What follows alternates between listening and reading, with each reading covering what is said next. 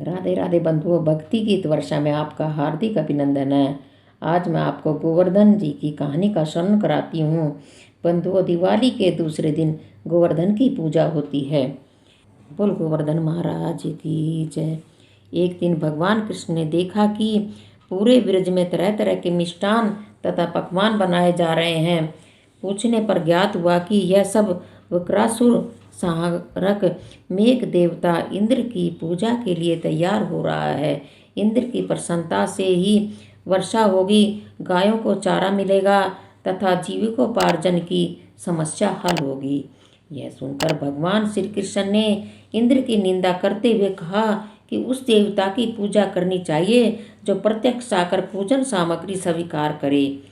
गोपी ने यह वचन सुनकर कहा कि कोटि कोटि देवताओं के राजा की इस तरह से आपको निंदा नहीं करनी चाहिए। कृष्ण ने कहा, इंद्र ने क्या शक्ति है जो पानी बरसाकर हमारी सहायता करेगा। उससे तो शक्तिशाली तथा सुंदर यह गोवर्धन पर्वत है जो वर्षा का मूल कारण है। इसकी हमें पूजा करनी चाहिए। भगवान श्री कृष्ण के वाग्जाल में फंसकर सब ब्रजवासियों ने चारों ओर धूम मचा दी। तत्पश्चात नंद जी ने ग्वाल गोप नागनाओं सहित एक सभा में कृष्ण से पूछा कि इंद्र की पूजा से तो दुर्भिक्ष उत्पीड़न समाप्त होगा, चौमासी के सुंदर दिन आएंगे, मगर गोवर्धन पूजा से क्या लाभ होगा। उत्तर में श्री कृष्ण जी ने गोवर्धन की बुरी बुरी प्रशंसा की और उसे गोप गोपियों की आजीविका का एकमात्र सहारा सिद्ध किया। भगवान की बात सुनकर समस्त ब्रजमंडल बहुत प्रभावित हुआ तथा अपने अपने घर से लाकर मधुर मिष्टान पकवानों सहित पर्वत तराई में कृष्ण द्वारा बताई विधि से गोवर्धन की पूजा की। भगवान की कृपा से ब्रजवासियों द्वारा अर्पित समस्त पूजन सामग्री को गिरिराज ने स्वीकार करते हुए आशीर्वाद दिया। सभी जन अपना पूजन सफल समझकर प्रसन्न हो रहे थे। तभी नारद इंद्र महोत्सव देखने की इच्छा से ब्रज में आ गए। पूछने पर ब्रज नागरिकों ने बताया कि श्री कृष्ण की आज्ञा से इस वर्ष इंद्र महोत्सव समाप्त कर दिया गया। उसके स्थान पर गोवर्धन पूजा की जा रही है। यह सुनते ही नारद उल्टे पांव इंद्रलोक गए और खिन्न मुख मुद्रा से बोले, देवराज, तुम महलों में खूब नींद की खुमारी ले रहे हो, उधर ब्रजमंडल में तुम्हारी पूजा समाप्त करके गोवर्धन की पूजा हो रही है। इसमें इंद्र ने अपनी मानहानि समझकर मेघों को आज्ञा दी कि वे गोकुल में जाकर प्रलयकालिक मूसलाधार वर्षा से पूरा गांव तहस नहस कर दें। पर्वताकार प्रलयकारी बादल ब्रज की ओर उमड़ पड़े। अचानक वर्षा देखकर ब्रज घबरा गया। सभी ब्रजवासी श्री कृष्ण की शरण में जाकर बोले, भगवान इंद्र हमारी नगरी को डुबाना चाहता है, अब क्या किया जाए। श्री कृष्ण ने सांत्वना देते हुए कहा, तुम लोग गौओं सहित गोवर्धन की शरण में चलो, वही तुम्हारी रक्षा करेगा। इस तरह से समस्त ग्वाल बाल गोवर्धन की तराई में पहुंच गए। श्री कृष्ण ने गोवर्धन को कनिष्ठ उंगली पर उठा लिया और 7 दिन तक गोप गोपिकाएं उसकी छाया में सुखपूर्वक रहे। भगवान की कृपा से उनको एक चींटा भी न लगा।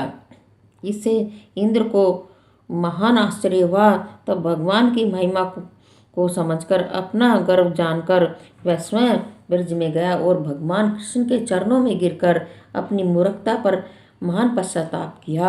7वें दिन भगवान ने गोवर्धन को नीचे रखकर इसी भांति प्रतिवर्ष गोवर्धन की पूजा करके अन्नकूट उत्सव मनाने की आज्ञा दी। तभी से उत्सव अन्नकूट के नाम से मनाया जाता है। बोल गोवर्धन महाराज की जय।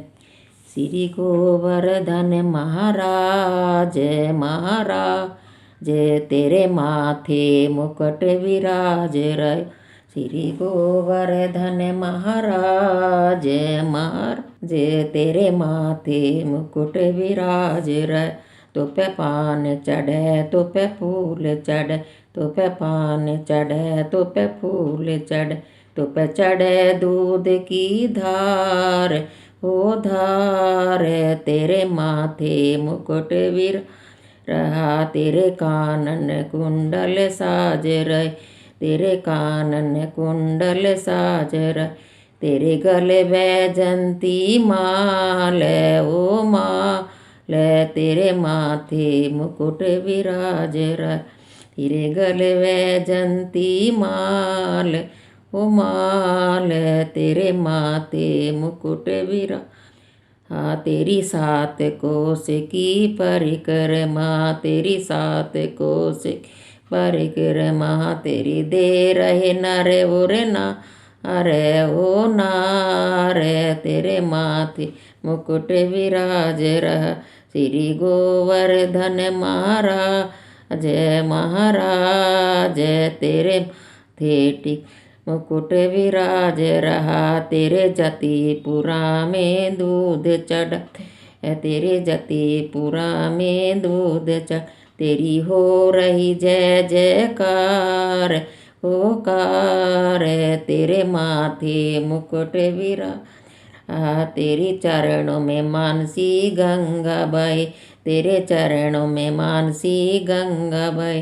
तेरी माया परम पार वो पार तेरे माथे मुकुट विराज। श्री गोवर्धन महाराज महाराज तेरे माथे विराज रहा।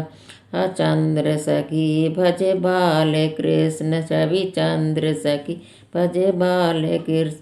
तेरे चरण पे जाऊं बलिहार हो हार तेरे माथे मुकुट विराज।